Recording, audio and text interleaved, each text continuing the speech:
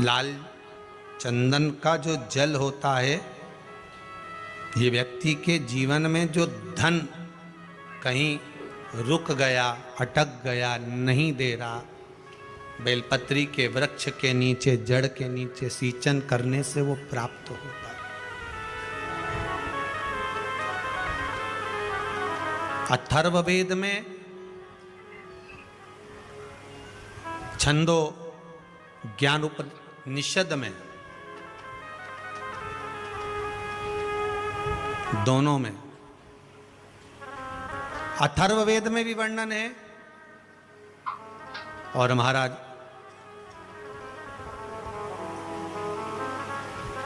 वर्णन किया गया कि पीपल के वृक्ष की जो जड़ होती है,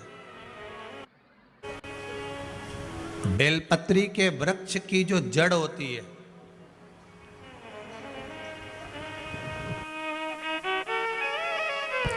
और आंवले के वृक्ष की जो जड़ होती है, इसके नीचे स्वर्ग का निवास होता है।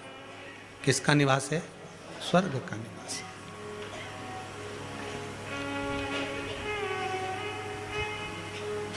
अथर्ववेद में भी कहा और छंदो उपनिषद में भी वर्णन करा।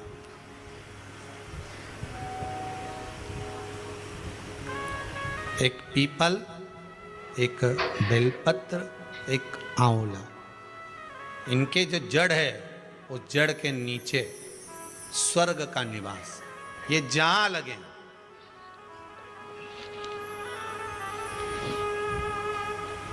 बस एक बात का ध्यान रखिए उसके लिए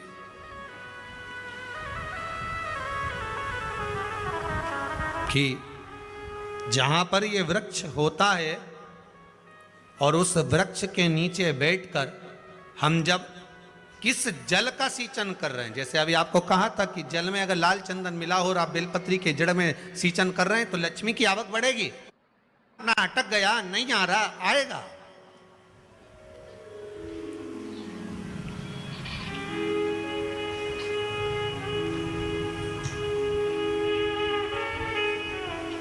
पीपल की जड़ में इत्र का जल, पीपल की जो जड़ होती है उसमें इत्र का पानी,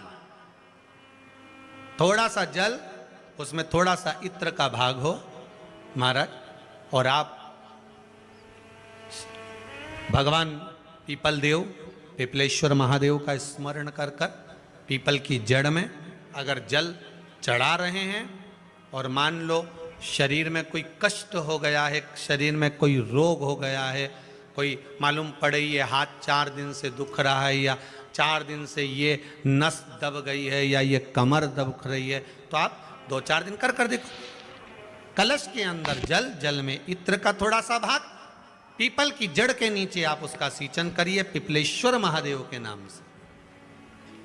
उस जल को थोड़ा सा भाग लेकर आ जाओ, उसी में से जो चढ़ाया है, और उस स्थान पर जहां कष्ट है उसको लगाना प्रारंभ करिए। 2 दिन 3 दिन कर कर देखो। प्रैक्टिकल करने में क्या जाता है? सीवर वाला महाराज झूठ बोल रहा हो तो प्रैक्टिकल करने में क्या जाए, अपने करते रहो।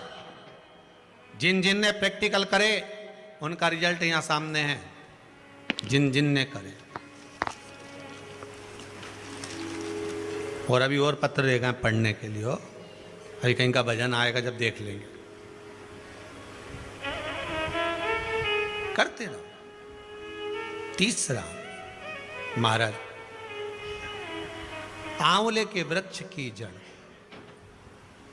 आंवले के वृक्ष की जो जड़ होती है, इसके नीचे शिव महापुराण की कथा कहती है, विष्णु पुराण कहती है, स्कंद पुराण कहती है महाराज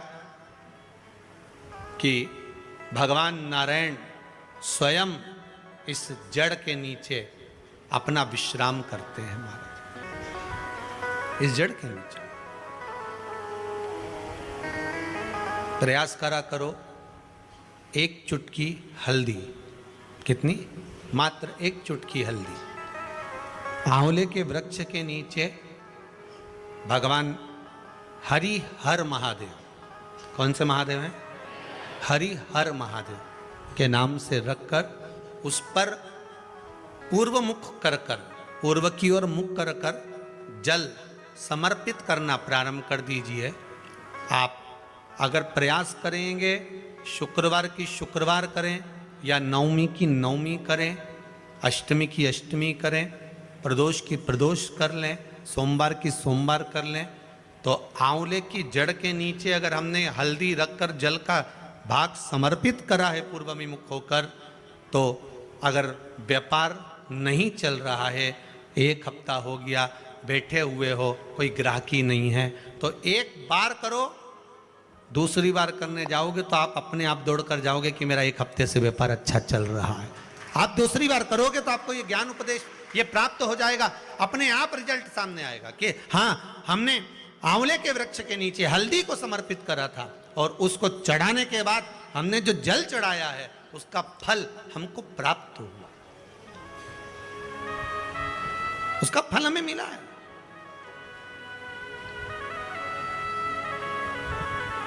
उसका फल हमें मिलेगा। कोई भी क्रम करे, हम फिर कहेंगे, फिर निवेदन करेंगे, कुआं खोदो, एक जगह खोदो, पानी निकलेगा। कभी यहां भटक गए, कभी वहां भटक गए, थोड़े दिन यहां आ गए,